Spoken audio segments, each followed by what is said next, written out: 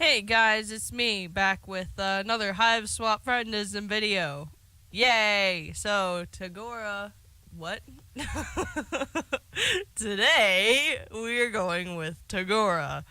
We're going to be seeing where the other answer leads. If it doesn't lead anywhere, you probably won't get this video. But, you know. If you see this video, it leads somewhere. So, yeah, let's do that. You wander down a street in a not. Oh God, hold on. I need to brace myself. I can't just dive in head first, cause I'm bad at this. We know this already. You wander down a street in a not too demolished looking part of town, but you don't really take much of it in. You're not looking where you're going. This is an elementary mistake, especially on the planet where everything that exists seems to be on the spectrum of engineered specifically for murder to on the spectrum of engineered specifically to murder to could be a weapon in a pinch. But you've got a lot on your mind. And now, as the car, these guys probably have some ridiculous word for it, but you haven't learned it yet. You hadn't noticed slams into you, you hadn't noticed slams into you, sending you flipping head over feet. You add a few new concerns to your list, your bones and organs. The sound of the driver yelling, "Watch where you're going, lump squirt chugger!" fades as they drive away and you assess your situation. You stretch each limb in turn, which you've got to say doesn't feel great. You've landed in a bush which is covered in sharp spines. Your arms and legs all still work though, and when you do an experimental cough, no blood comes out. Pretty lucky, you think. You may have redefined what luck means by this point in your journey, but you'll take whatever you can get. You don't figure that luck will extend to the driver turning around to help you out of this bush. Your gaze is meeting and sparking an immediate and intense connection that leads to a beautiful lifelong friendship. But you let yourself hope. After a few minutes of struggle, the answer to your comradely daydreams comes into focus above you, a figure outlined by the spiny leaves of your plant prison and the glow of the moons. The troll you see isn't the driver of the car, but you don't care. Your heart is beating wildly with your continued lucky streak. Hello. You seem to have fallen victim to a collide and scamper with that scuttlebuggy back there. 50-point introductory fee. Have you contacted your personal legislature? If not, I'd like to offer my services. +6. No, not +6. +10. Because I'm an idiot. I'm sorry. My name is Tagora Gorjek, but please call me Gorgor. I'm here for you. For a nominal fee, of course. Again, I'm not calling you fucking Gorgor. Because that's dumb.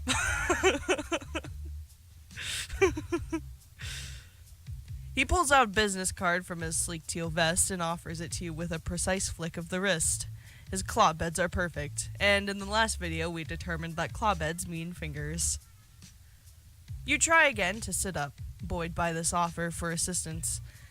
He's some type of doctor, maybe? A lawyer? It doesn't matter, really, because he said he was here for you. It doesn't matter, really, because he said he was here for you. Those words go right ahead and burn themselves into the softest chamber of your heart. You start telling him your plight thus far, reaching up through the brambles towards his beacon of hope. This guy seems trustworthy, and that's not just your lack of options talking. You swear. As you shift, the moonlight shines on you. He steps back briefly, dropping the card, and the one eye that's not covered by a swoop of product-infused hair opens wide. He recovers, smoothing his hands down his chest and straightening up, clearing his throat as you continue to explain. You're what? Oh, yes, an alien. I knew that. I've done work with aliens before, so your situation shouldn't be an issue at all. Everyone deserves an equal opportunity to be represented by me. He just keeps adding money, doesn't he? Let's see if I can get any more than I did in the last video. I don't know how much I got in the last video, but let's get more than that. In fact, we may be able to use this in our we may be able to use this in our favor for a larger catch settlement. It all depends on your angle. On my angle? I'm a right angle. Here, try moving your chug column. And, yeah. Sorry, I'm gonna be quiet during this one until, like, we get to the option, because I've read through this about, like, 5 times. There's not much to comment on at this point. Except that I'm not calling him Gorgor. You aren't sure why this is necessary, but you wriggle your torso, hoping that's right. You've never wanted anything more in your meager existence than to follow this specific directive perfectly. No, not that. You add a little hip jiggle, not so much that he might think it's a come on, but enough to say, hey, I'm friendly and I know what the fuck I'm doing. No, you're... The thing that holds your think pan, work with me. You continue what you hope is part of a troll friendship ritual, shimmying various parts of your anatomy deeper into the bush until you get to your neck, and he claps his hands together. There we go. That one hurts, didn't it? Definitely a case of column snap, which can get us a decently hefty restitution. Your neck feels fine, or it doesn't hurt any more than the rest of you, but you give him what you hope is a convincingly painful nod of agreement. Of course, we will need to front the initial registration costs. We may also have to injure you further to ensure our case is convincing. But you've got to break a few cluck beast embryos to make a grubblet, as you well know. No, I still don't know what a grubblet is. Oh my god, it's an omelet. I feel like a fucking idiot now. It's a fucking omelet. That's what it is, right? Crack a few cluck beast embryos. Yeah, crack a few eggs to make an omelet. Oh my god, I'm such a fucking retard. Okay. That makes sense. Yes, I think we may make a mutually beneficial team if you're willing to do what it takes to bring out the justice you deserve. There's a hair on my microphone. So, what do you say? How would you like to help me help you? Yes! He's talking really fast. And, well, I guess he's supposed to be talking fast, but, you know what? No. He's talking really fast, and you're not sure exactly what to think about your lack of funds or the idea of breaking any more bones. But that smile is sharp and shiny and pointed right at you. You want more of it. I will tell him, because this is the right... Oh, fuck. Yeah. Yeah, that one. I will tell him that about the heaps of money that I have at my non-existent home. You mentioned how incredibly loaded you are and how core to your sense of values it is to pay well for good work. That's what we call good business. Now, get up out of that prickle frond and let's get you presentable. He watches you flail a few times before he sighs and unbuttons his sleeves and rolls them up to his elbows. Each fold is crisp and even. It takes a while, but you're good at being patient. Like a full 5 minutes of just rolling up his sleeves. There is a 12% cost increase for instances of manual labor. It'll all be explained in your bill. It is itemized. I'm sure an alien of means such as yourself will be able to handle it. Yeah. You take his hand and he pulls you up out of the bush. It's kind of a rough job. He's not as strong as he looks, you guess. He glares at you, like he's daring you to say shit about it. And you are a quick learner. He cuts you off mid-thank you. My office isn't far from here. We can go get things started. Yay! And by things, I absolutely mean get you clean and sign a lot of vaguely wording and stringently binding documents. He walks with a purpose. You shake off the flora stuck to your various body parts and do your best to catch up. From the outside, his office basically just seems like his hive. You've learned a thing or two during this shitstorm of cultural exchange, though you've got to play it cool when a potential friend invites you home.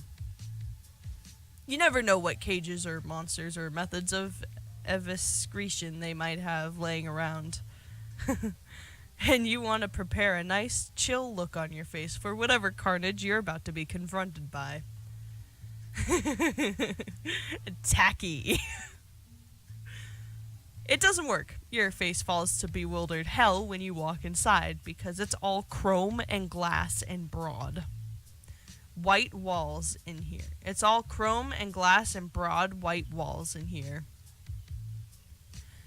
It's like he bought the fanciest looking crate and barrel display room he could find and down to the last useless minimalist accessory and then never sat down in it. His Lucis, a ferret, is chilling on an enormous silver thing that's halfway between a throne and a play tower. Everything is clean and bright and at perfect right angles. Ha! And you don't see any weapons anywhere. It's fucking creepy. You ask him if he just moved in, because polite conversation seems like maybe the best thing you can do. In the absence of something specific to focus your fear on, you're just sort of a little afraid of everything. You're not paying me to learn my life story, unless you'd like to. In that case, no. I've lived here most of my life. I'll go ahead and add that to your bill. 1,500. You stare at one of the chairs. Should you sit in it? By all means, do not make yourself at home. Oh. Head straight for my abolition trap while I prepare our contract. You really want to connect with this guy, and you like how you just vibed there, where you were thinking about sitting in your bedraggled ass in his fancy chair, and he could totally tell you were thinking it, but you don't want to be friends badly enough to walk straight into something that has the word trap right in its name without at least pondering for a second. You've become savvier during all of this. Yeah, so this time I'm gonna do no entrapment, please. You tell him you would rather stay away from any and all traps, if that's alright. You mention that you think it's a better move for both of you.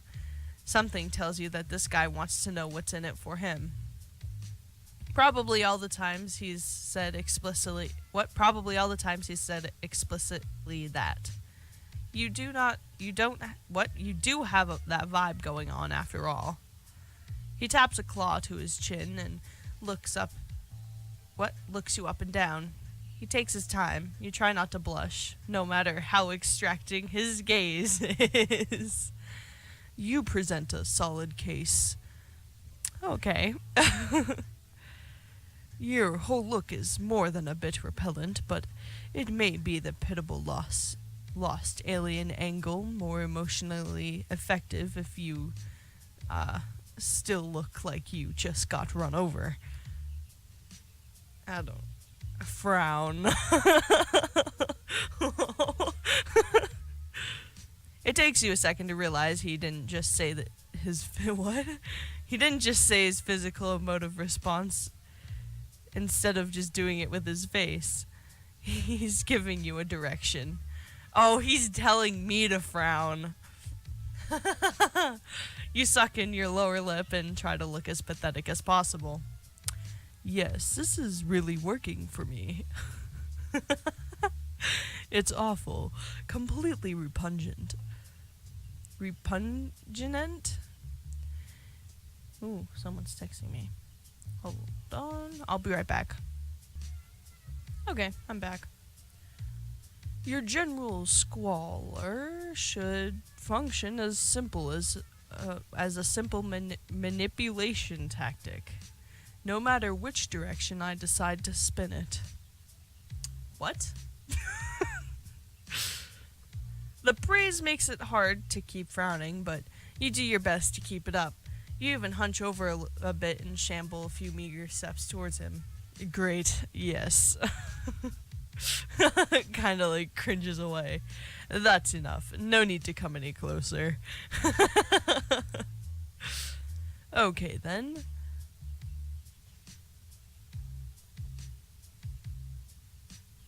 Sorry. My mother is texting me. Okay then. We'll skip the hygiene and get straight to the best part. Bureaucracy. I tried really hard on that word. Stay right here and stay right there and don't get any of your crusty alien orifices near my decor. I'll go and print out our contract and we can move on. Reimbursement for ink. You pretend you're a statue while he types things and prints the typed things and then staples the printed things. His ferret Lucis stares at you with beady interest. You stare back, completely motionless. You wonder how often Gorgor has friends over.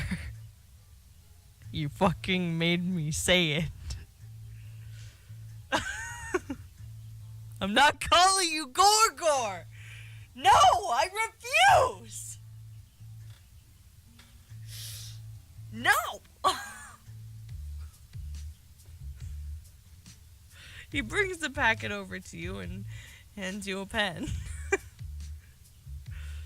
Read this.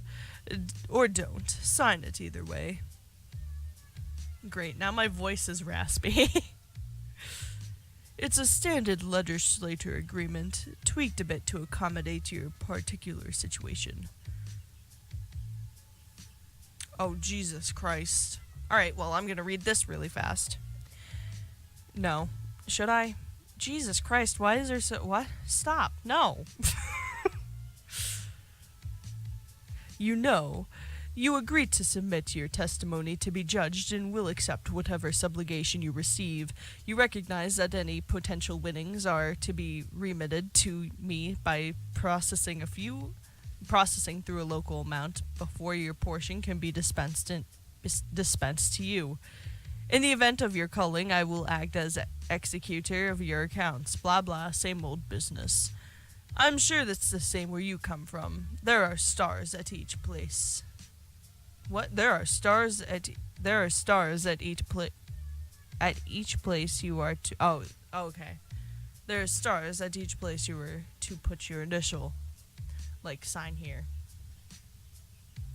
Shrunken text expense. That sure was a lot of stuff you just got told real fast. You were trying to listen, really, but he winked at you he winked at you early in his monologue, and it was really distracting because you couldn't help thinking about if you would incorporate a wink into the secret handshake, maybe. If you could incorporate a wink into this secret handshake. What if his wink was just him blinking? Anyway, regular legal jargon, yeah. Anyway, regular legal jargon, yeah. Just like all the times you click and say you read the terms and conditions on any old harmless social media app. That stuff never ends up being relevant. You show off your exquisitely polished John Hancock as many times as it takes. Excellent, excellent. Everything is in order then. Yay! Are you ready to head out? I'm going to die. Oh, like now? Now? You're not ready. Do you look roughed up enough? Will your bones need to go through any more ordeals? What's a subjugulator? Yeah. Does Tagora no sweep like the one you're fucking in, as they say? Pardon the language, it's an idiom. It means it's time to fucking go. Let's watch the fucking language. You follow him out as apprehensively as you followed him in. As you retrace the path you took not too long ago, it occurs to you to wonder where this glorious feat of justice is going to take place, and, like if anyone is going to be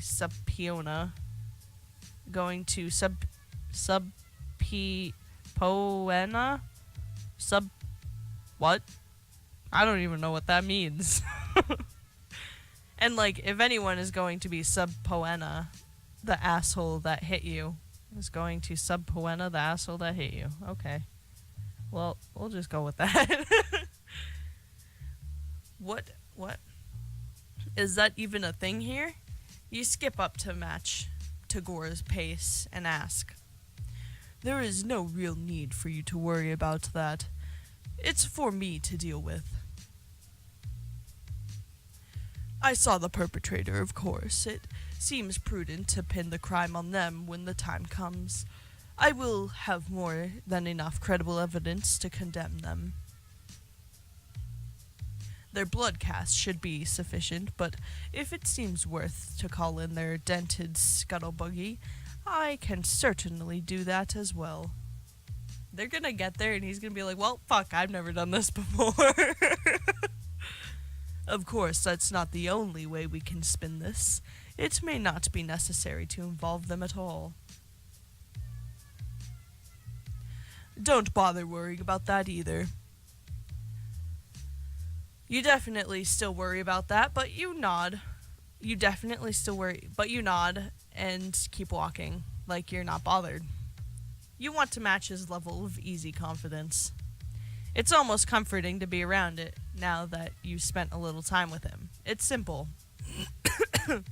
You're still basking in the ease of being told what to do when your whole vibe flips over on his back so fast you feel it like ice down your back. Flips over on its ass so fast that it feels like ice down your back.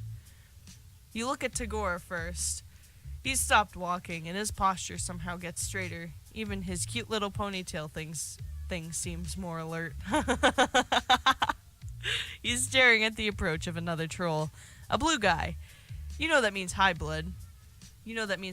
But not much else about what that entails, aside from that you're picking up from the full hair on end cat reaction from old gorgor next to you. I'm not fucking... No! Pleasant evening, sir? His voice somehow gets sweeter and more professional at the same time. You recognize that what he's feeling because you felt it in yourself the whole time you've been in this godforsaken planet. A deep, all-consuming thirst for approval. He's gunning hard for business boy friendship. The high blood, however, is not. At first you think he might be chill because his smile gets huge. And hell, if you don't love getting smiled upon. You start to introduce yourself until Tagora shoots you a be cool look. And then that you should learn... What? It's then that you should learn this guy's smile is not the nice kind. What's this? He asks. Gorgor picked up a little friend. It's not... We have a working relationship. You try not to let this dismissal of friendship sting. You're not there yet. It's okay. You want to be helpful, so you put on your best injured face and start hobbling in a circle, twisting your neck at the most grotesque angle you could manage without actually hurting yourself. You groan pitifully about all your bones. Oh, right. Your client, booming drone pursuing business. What? Oh, right. Your booming drone pursuing business. This, client you have here looks extra shitty. Good luck getting anything good for whatever this mutant is you've scraped up from the gristle grate. If you take a moment to consider the potential... why do you keep adding 10? The blue guy rolls his eyes and keeps walking, elbowing his way right between the two of you on his way past. Like you're nothing. Tagora freezes. His eyes stay fixed ahead of him, where the blue guy was just standing. It's not like he hasn't processed the movement yet, even though he got knocked back a few steps in his wake. He starts shaking. Yikes, that was tense. You want to say something reassuring to Tagora, but he has kind of ascended to another plane of existence. Maybe a nice reassuring pat on the shoulder will help diffuse the mood. You put a ginger hand in the mere vicinity of his body, and he rolls to face you, eyes narrowed and breathing heavily. You snatch your hand back fast. Mistake. You. Oh, me? Do you have any idea how rare that networking opportunity was? Do you realize what you... Stop squeaking. Sorry, my chickens are making loud noises. No, of course you don't. You don't know anything. Wow, thanks. You're just a weird little hornless thing who doesn't even know how to cross the fucking street. He starts laughing all high-pitched and weird. Up until now, he's seemed so slick and unflappable. That gorgor is hard to reconcile with the one pacing back and forth, hollering and grabbing at his face. He's pretty goddamn flapped. Oh boy, you really screwed this up, huh? Maybe your busted neck routine was not convincing enough? Or too convincing? Either way, you figure now might be the time to bow out. Bow or bow? I'm gonna say bow, because that makes more sense. Before this scene really blows up. You tell him so. Your neck is fine. Look, you headbang it a bit to prove it. No. A deal is a deal is a deal. He breathes in slowly through his nose. All right, Gorgor, remember your mantra. Fuck you.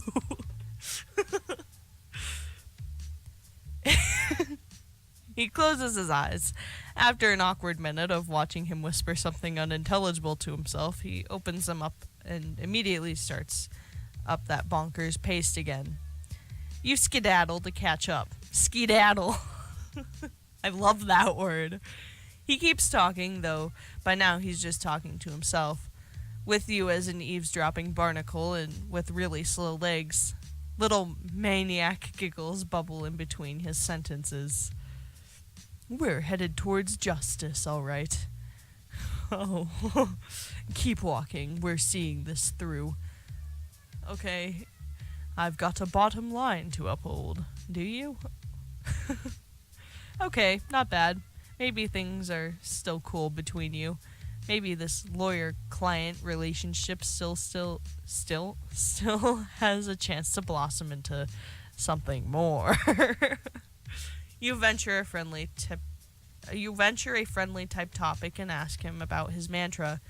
He stops walking and looks at you like you just shat on his Lucis's grave. You don't just ask someone what their mantra is. Maybe not so cool. He shivers, spooked, and turns his stanky stare from you to the path you're on. After a moment, he sews back all the hairs he shook out of place during his freak-out, pivots and turns down a side street. He's gonna kill me. Anyway, as I was about to say, there are many ways to fulfill the terms of our contract. I was hoping this would lead to a more stimulating evening. I was prepared to get into it with you, for you. What?